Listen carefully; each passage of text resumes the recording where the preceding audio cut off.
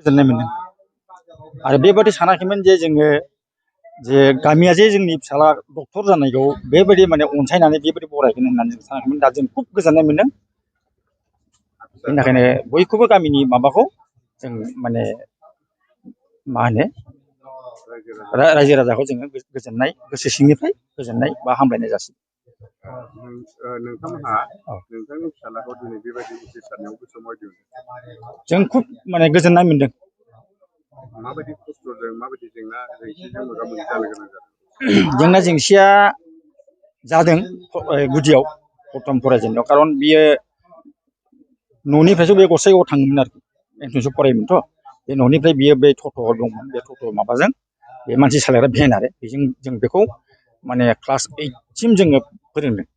बै गोजाननिफ्राय थाङोमोन आरो ओमफ्राय बे एखमबा बेवहाय बहुद खस्थ' मोनदों। एखमबा बार सुखा लोगो मोनो लामायाव, एखमबा सारअन्थाइ लोगो मोनो, बहुद खस्थ' मोनदों आरो। नोंथाङा दा नोंथांनि फिसालाया बेबायदि उथ्रिसारखांनायनि उनाव नोंथाङा रायजो राजाफोर एबा ओनसोलनि थागिबि रायजो राजाफोरसिम मा मेसेज हरनो सानो? आं बेखौनो मेसेज हरनो सानदों जे आंनि फिसाला दिनै डक्टर जादों। खुब माने रायजो राजाया बयबो अनसायदों। दा दाखालिनिफ्रायनो बिभिन्न संगठनफोरखौ जोंनि बे एरियायाव रावबो जिखुनु डक्टर गैया हिसाबै खुब माने अनसायफैदों, बयबो माने बरायफैदों।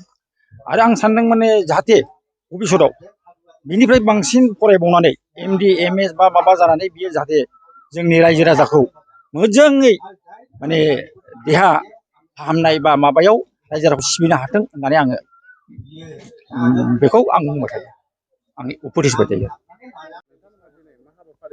जोङो जोंनि गामिनिनो सासे लक्षिकान्त ब्रह्म आरो बिनि बिसि मामा मायारानि बसुमतारी, बिसोरनि औरसाव जोनोम मोननाय मुंसे दिपांकर ब्रह्म। बे बाबाया बरपेटा फखरुद्दिन आली आहमेद मेडिकेल कलेजनिफ्राय डक्टर्स कर्स फरायनानै डक्टर उपाधि लाभ खालामनानै मोनबाय। दा जोंनि गामिया बे दिपांकर ब्रह्मनि बे उथ्रिसारनो हानाय साक्सेसफुल जानायनि थाखाय जोङो गामिया जोबोरै खुसि मोनदों।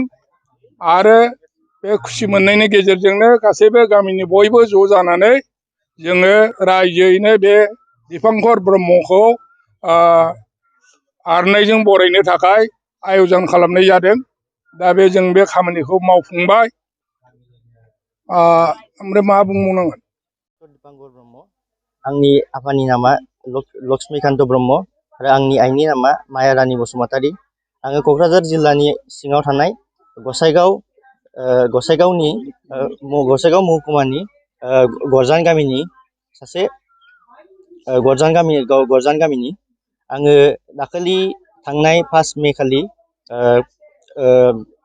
फखरुद्दिन आली आहमेद मेडिकेल कलेजनिफ्राय MBBS फाइनाल परिखाखौ उथ्रिसार जानो हादों। आरो बे दिननिफ्रायनो आङो डक्टर उपाधिखौ मोनदों। नोंथाङा बेबायदि उथ्रिसारनानै गोसोआव माबायदि मोनदों? दाथ' बिराद मोजां मोनदों आरो गामिनि नाम आरो आइ आफानि नाम बयनिबो नाम जाबाय। बेनि थाखाय बिराद माने गोसोआव गोजोननाय मोनदों। नोंथांनि बिदि जाफुंसारनायावहाय सोरनि बांसिन हेफाजाब मोनदों होनना सानो?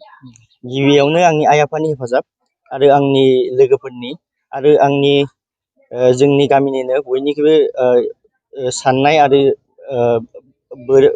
बोरनि सायाव आङो बे साननायखौ जाफुंहोनो हादों। नोंथाङा जाफुंसारनानै ओनसोलनि रायजो राजाफोर एबा फरायसाफोरनिसिम मा मेसेज हरनो सानो?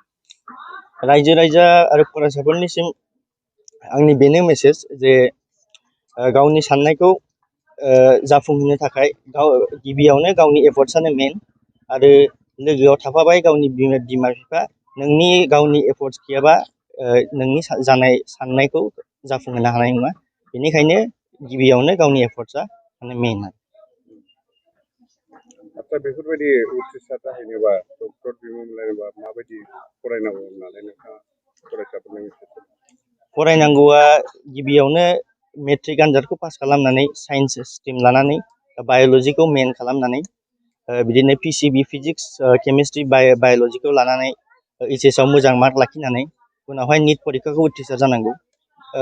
बाय'लजिखौ माने मेइन साबजेक्ट लानानै फरायोबा माने निट एग्जामाव माने मार्क स्कर खालामनाया इजि जायो आरोखि। दा बिनि उनावहाय मार्क मोनखांनानै उनावहाय सिलेक्ट जाबा माने MBBS आव आरो जइन जानो मोनगोन आरो। नोंथाङा उथ्रिसार जाखांनायनि उनावहाय मा थांखि लाखियो? दा गिबियावनो इन्टार्नशिप 1 इयारनि दङ कम्पालसारि इन्टार्नशिप, बे फोजोबनानै रुरेल 1 इयार कम्पालसारि रुरेल दङ, बेखौ फोजोबनानै उनावहाय फार्दार स्टाडिसनि थाखाय निट PG एपियार खालामनो सानदों आरो। नोंथाङा बहाबाफोर कचिंफोर लाबोदों नामा? MBBS फरायनायाव कचिंथ' लायाखै, जास्ट बुक्सखौनो फरायदों आरो MBBS बुक्स।